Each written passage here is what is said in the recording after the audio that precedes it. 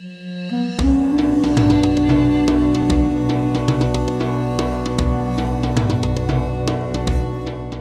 afternoon, everybody. I'd like to welcome you all to the Halftime Talk feature interview series. I'm delighted today to be joined by Dr. Tatiana Mitrova, Research Fellow, Center on Global Energy Policy, a visiting Research Fellow, Oxford Institute of Energy Studies, Distinguished Research Fellow at the Institute of Energy Economics, Japan. So a long title there, but that's why we're delighted to have Dr. Tatiana on here with us, because we were looking forward to your insights on all the action in the energy markets, of course, that we're witnessing as we speak, a very dynamic situation. Let me start by talking to you and asking you about your point of view going forward now as we start at the beginning of May. Of course, on something that's on top of everyone's mind, which is geopolitics. And we're going to talk about Russia, Ukraine, and the Middle East. I want to start with the Middle East and ask you to give us your opinion on how much geopolitical risk there is in the energy markets, in the oil price. How nervous are the participants about these sort of oscillating tensions, let's say?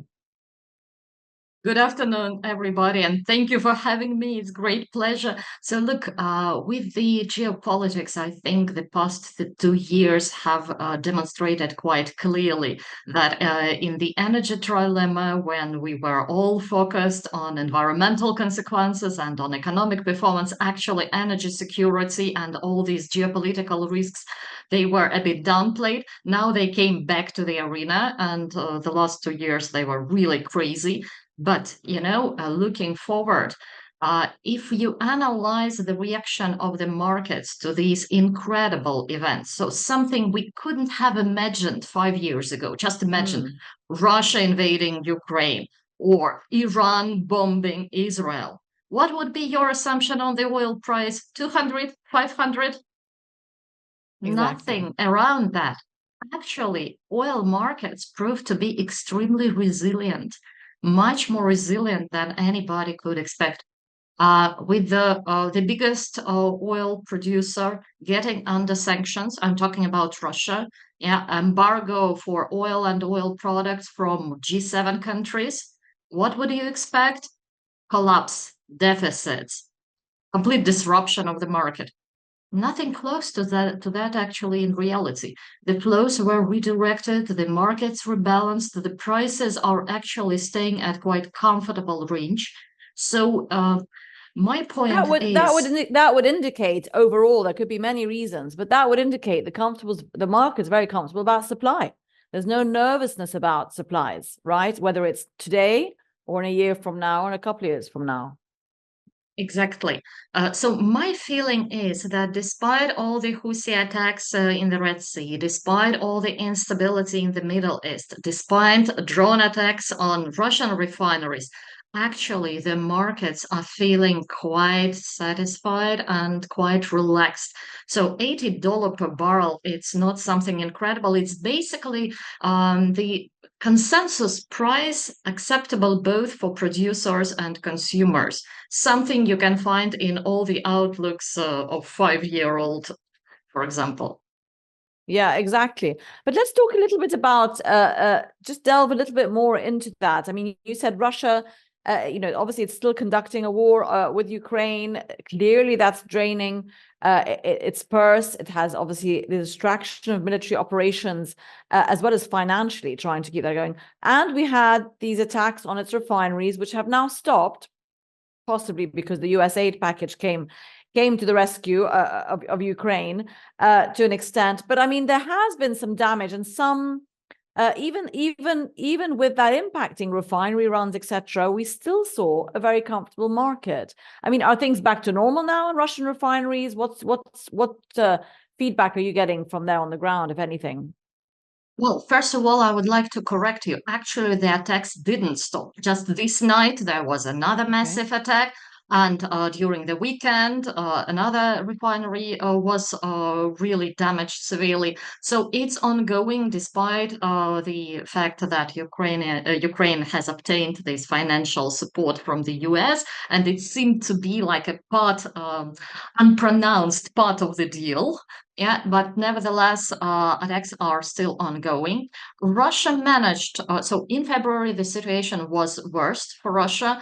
It was up to 15% of the refining capacity affected, which is already a lot. Mm, Not all of this capacity was utilized, yeah, but still, right now, Russia is moving into seasonal maintenance of the refineries, which is further squeezing the availability of capacities. But what happened during March and April, Russian oil companies were really very smart and fast in fixing this damage. So they've managed to obtain spare parts, they've managed to fix at least like 5-7% are back in operation. So it is looking now like a race between Ukrainian drones and Russian oil companies fixing the damage.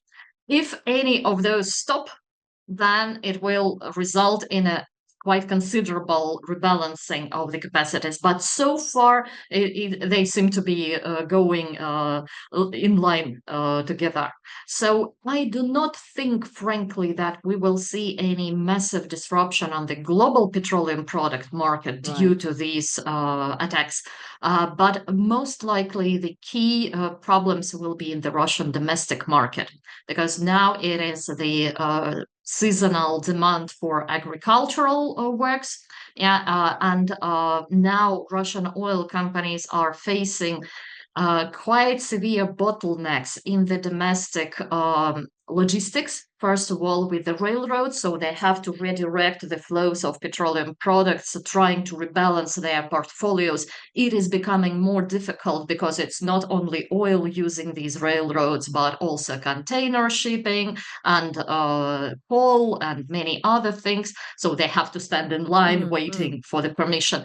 But basically, I do not think that it will cause any severe damage for the global market. Okay, and what about then? That's good to know. And also, we do have, at least in the short term, indications the last few week or two that anyway, the demand for products, demand for diesel, the demand for, yes, we have the driving season coming up, but we seem to have enough products, let's say, also from a supply point of view. Let's just go back and touch a bit on crude and just talk a bit about Russian crude exports, because of course, as you mentioned in your opening comments, the redirection of those flows worked very well ever since the sanctions and the price cap, etc. Are we still seeing those on the water going towards China, towards India, with no problem, even with the tightened sanctions on the shippers at the end of the year, etc., from the US? Again, we don't really seem to see any hesitancy, do we, in taking those You, Russian crude? you are right. You are right. So it's another race between the US authorities imposing additional sanction pressure and Russian oil companies finding the new bypassing ways and managing to convince their counterparties in non-OECD countries that Russian crude is cheap and available. Why don't you guys take it? Yeah. So the raw from time to time it's going like waves. Yeah. So new sanctions imposed, several investigations on specific companies. Everybody, I mean, the shippers are frightened, the off-takers are becoming more cautious, the payments are frozen. Yeah, and it Mm-hmm. looks like, oh, Russian oil is disappearing from the markets. Indian refineries are no longer off-taking Russian oil, or Chinese banks are no longer processing transactions with the Russian oil companies. But then you wait for another month and you see that actually they find the way how to fix it. They are creating new companies, they are engaging new shipping companies, they are actually obtaining. So, just recently, India provided permits for the Russian insurance companies, which means that if nobody is bypassing sanctions, it's all legal, but at the same time, it allows additional flows of Russian oil to end up in India. So, here I would say, as soon as the US stops these day by day intense pressure Russian oil companies will find their way. Yeah. And it's extremely difficult to keep this pressure ongoing. So my feeling is that the US authorities, they've decided they don't want Russian oil to disappear from the market. Let's be clear. Yeah, nobody wants a price spike, especially before the elections. Absolutely. So And sorry to interrupt you. It is an election year that's influencing so many things, isn't it? And of course, Iranian oil also, they don't want to see that disappear, do they? Despite the fact, again, recently of this talk of, oh, we're going to increase sanctions. But last year we saw that flowing, that increasing, very obviously purposefully allowed to do so. For this year now, given the Mideast tensions, etc., would you say we should just discount any rhetoric from the US about stronger sanctions on even Iranian crude or Iran?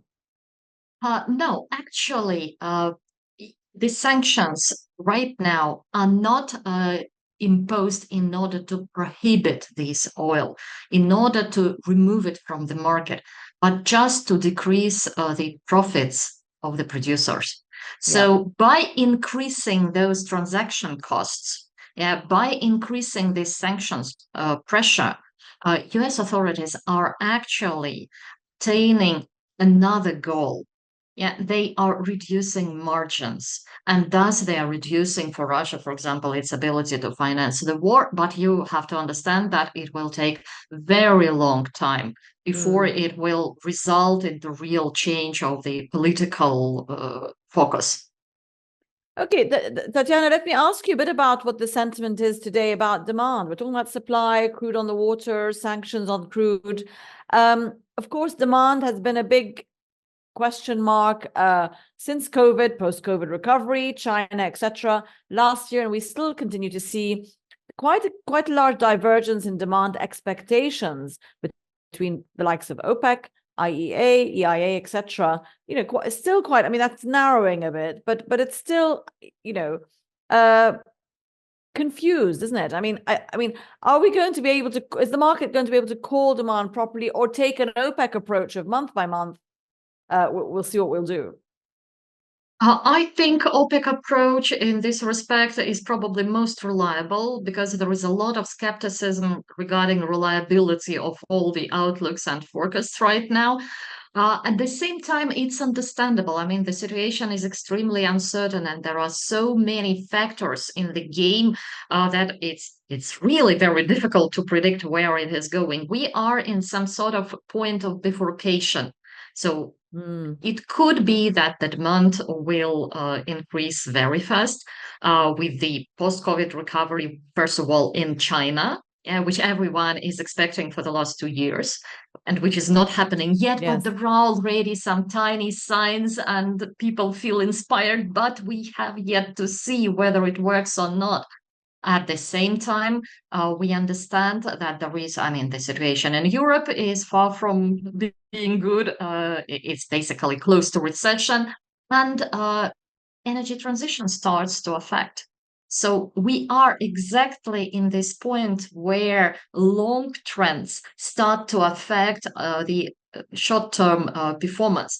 And I think we will still see the similar differences in the outlooks. Plus, they all had different methodology. And as a person who has been dealing with modeling all this stuff, I would say you change a couple of tiny assumptions and you get a completely different picture. And don't forget that they are also sending some messages. So all of them have their special agenda. Obviously, IEA is representing one pool of the countries, OPEC. Yeah. So they are also, so these self-fulfilling predictions, it's also part of the story, I believe. Absolutely. Yeah. I mean, but if OPEC does have a big decision to make, doesn't it? I mean, not big, as we said, they can adjust their decision anytime they want, again, as they have been in the policy the last few years has been very much micromanaging what they do with their supply. But there was even a month ago, and if you ask people in our surveys, yes, OPEC will definitely start reducing these cuts that they have at the moment, the voluntary cuts, let's say, of volume, because there was an optimism on demand, and the demand picture doesn't look too bad in America. Even in China, it's steady. But what do you think OPEC will decide exactly in a month from today on the 1st of June at their meeting? They have the quota issue, and do you think that will be discussed as it has planned to be? And do you think they'll be in a month's time in a safe place to say we can start making adjustments to these volumes? Well, nothing can be excluded because we saw how many things can happen in 1 month. Yeah, but my general feeling is that during this year, probably we will not see any significant moves in the OPEC policy because this micromanagement, as you said, it proved to be very wise in the situation when you actually do not know what will follow in the next few months. So they can afford to micromanage until 2025 without any problem and without any significant loss of the market share or any loss in the revenues. I don't think that they want to make the situation tense, that they want to go for a confrontation. Again, it's election year and there are many other factors affecting the geopolitical background. So this wait and see approach, step by step, without creating conflicts, I think it's to the benefit of OPEC at the moment. It can change. Yeah. So we can see a different picture in 2025, depending on how demand will perform. Absolutely. And of course, one of the things that's been impacting that demand and always does is the cost of money, is the cost of living, interest rates. Of course, I'm referring now to the interest rate policy of central banks and now the forward expectations of what may or may not happen. Again, that picture is changing month to month. Now we're talking about the US because inflation is still sticky, not possibly cutting rates even marginally so soon. And Europe, of course, is in a different position, isn't it? How nervous or how much attention is the oil market paying to central bank policy? What's the and inflation, therefore, in terms of how that might push prices and therefore policy? I would say to the less extent than the green energy market. So oil market in this respect is in a better position. I mean, the cost of capital, yeah, it affects their performance, but it's not that critical when it comes to wind or solar farms. When all the capex has to be spent upfront, and then you have very low opex, the situation is different. They are completely dependent on the interest rates, and for them, it's really quite painful. I don't think that for oil market it will be. I mean, it's still very difficult to replace oil in the consumption, and so demand patterns, at least in the summer season, most likely will be not that sensitive to the prices. Okay, but the transition technology and investment will be more elastic, won't it? And I mean, give us your opinion, Dr. Tatiana, on that trend, because since COVID and since the whole topic of energy security has come to the fore, the Russia-Ukraine war, we sense as observers of the market that this transition, there are still projects going on, but there has been a slight pullback, hasn't there? Cost of capital, energy security, all these things sort of putting a little bit of a dampener on energy transition progress. Would you agree with that or not? Difficult question. Yes and no. Depends on the region. Yeah, so for Europe, for example, energy transition now is priority number one, also in terms of energy security, because all the renewables, they are local, they do not depend on the imported fossil fuels. So after the Russian gas cuts, it became priority for domestically. Of course. For the other regions, again, take Japan as an example, or even China, which keeps enormous investments in the energy transition technologies because they've decided to make it like a flagship of their industrial strategy. In the US, we also see like simultaneously a lot is happening after IRA. Yeah. in terms of renewables expansion, but at the same time, there is quite impressive activity in the oil and gas upstream. So it depends on the local circumstances, and each country is choosing its pathway.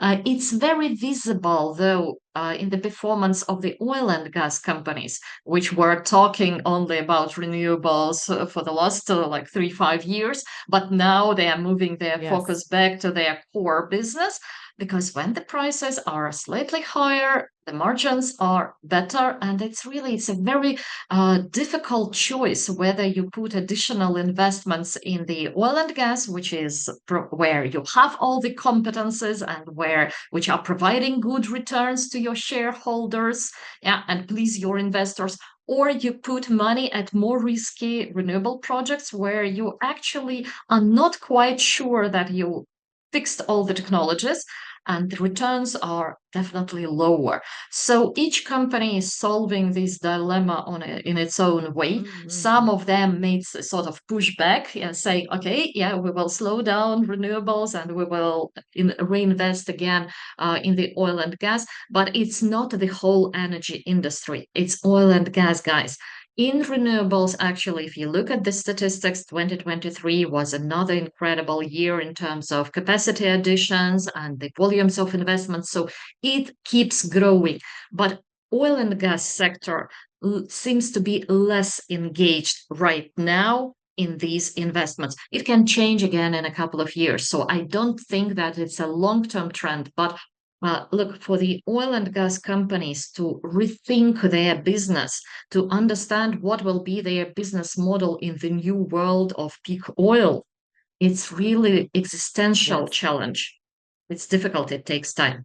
Absolutely, as it is that's for the IOCs and the NOCs, of course, in this region where I am, in the Gulf, there's a lot of billions of dollars being invested in transition energy, hydrogen, etc., and solar, but also clearly policies that are maximizing the next 10 years until we perhaps reach peak oil, or etc. That's again debatable. You mentioned, Dr. Tatiana, the US production in that, because that has been a little bit dynamic in the last 12 months. We ended the year with new record output from the US. Mixed opinion on whether that can be maintained this year or it'll plateau and actually decrease because of the nature of the geology of shale. Is it at all a concern for OPEC Plus? And from a market share point of view, how much do you think that factors into their thinking? Well, I'm sure that OPEC is very closely monitoring all the developments in the US, because they have already this unpleasant experience with the previous wave of shale revolution. Yes. There are some quite impressive improvements in the drilling productivity in the US. So again, the new technologies, they are supporting this shale miracle. But at the same time, the financial side, the ability of the shale companies to attract money, their credibility in the eyes of the financial institutions, it's much lower, because the previous 10 years, they were not great in terms of their financial performance. So I think OPEC realizes that actually there will be maybe some marginal growth, but it's not like another 2-3 million barrels per day addition. So it's not something that might destroy OPEC's market share. But at the same time, there are other producers, so they are looking also at Brazil, at Canada, at Mexico. Exactly. So what's happening there? And that's the work of OPEC all the time. Absolutely. But I mean, I suppose in a way, it's OPEC has again got itself into a bit of a bind in that it's holding back 5 million barrels a day of its own oil to support the current market. And so it's kind of stuck now. If it wants to add those volumes back, there just isn't the room for that. We're going to have a real demand surge, aren't we, for that? And I mean, on that point, also demand, also we have China demand, India demand. We have also the demand coming from all the emerging markets for oil. And how do you think how challenging is the current price for them at $80, $80 to $85? If we see demand come back from China, for example, and oil prices go up to 90 and above, do you see countries, the members of OPEC checking that rise? Do you see that we have a ceiling that the producers will control this time around? I've heard from one representative of OPEC Plus a great saying when I've asked, what's the ideal price for you? 99.99. Yeah. Yeah. So slightly below $100 per barrel, because 100 is it's psychological landmark when EVs will go much faster and when actually the consumer choices will change. Yeah, but before that, so if it is 80, if it is 90, 95, I think it's quite a comfortable range. And of course, OPEC Plus will monitor it. And if they see that there is real demand surge, which everyone is expecting, they will simply put those idle capacities to the market and regain their market share. So that was basically the expectation right after COVID. But this surge didn't happen so far. If demand will stagnate, then it is more difficult situation because the other non-OPEC producers, they keep investing, they keep increasing their production. And at a certain point, then OPEC Plus will have to go for this competition for the market share. And this is something which might create quite unpleasant consequences for all the participants. Any price war is difficult. But as I said, I don't think that it will happen this year. Maybe next one. And the sentiment is that we have enough wars and problems to think about, and the oil producers want to keep the peace with each other for now. Dr. Tatiana, one more question to you before we wrap up. Just a general one. We are in a US election year, as you mentioned, and it is looking like it's a 50-50 chance of either candidate winning at this point. What difference would it make to US energy policy and to how that might impact Gulf relations, even from an energy point of view, do you think, if we get a Biden or Trump presidency from November or from January? Yeah, I don't think that Biden will change a lot in what he is doing right now. Trump has made many statements on how he will remove all the restrictions on drilling and the methane regulation and basically play back all the IRA permits and drill baby drill policy. But at the same time, once again, it's not him deciding whether American companies will drill or not. It's the banks which are providing money. Yes. And for them, basically, it's not a big change. So despite very different rhetorics between the two candidates, actually the outcome for the North American production, I don't think that it will be so dramatic. In terms of relationship with the Gulf countries, yes, here you saw what Trump is doing, what the kind of rhetorics he is using. So I think he will be back in this case to the arena with the same performance.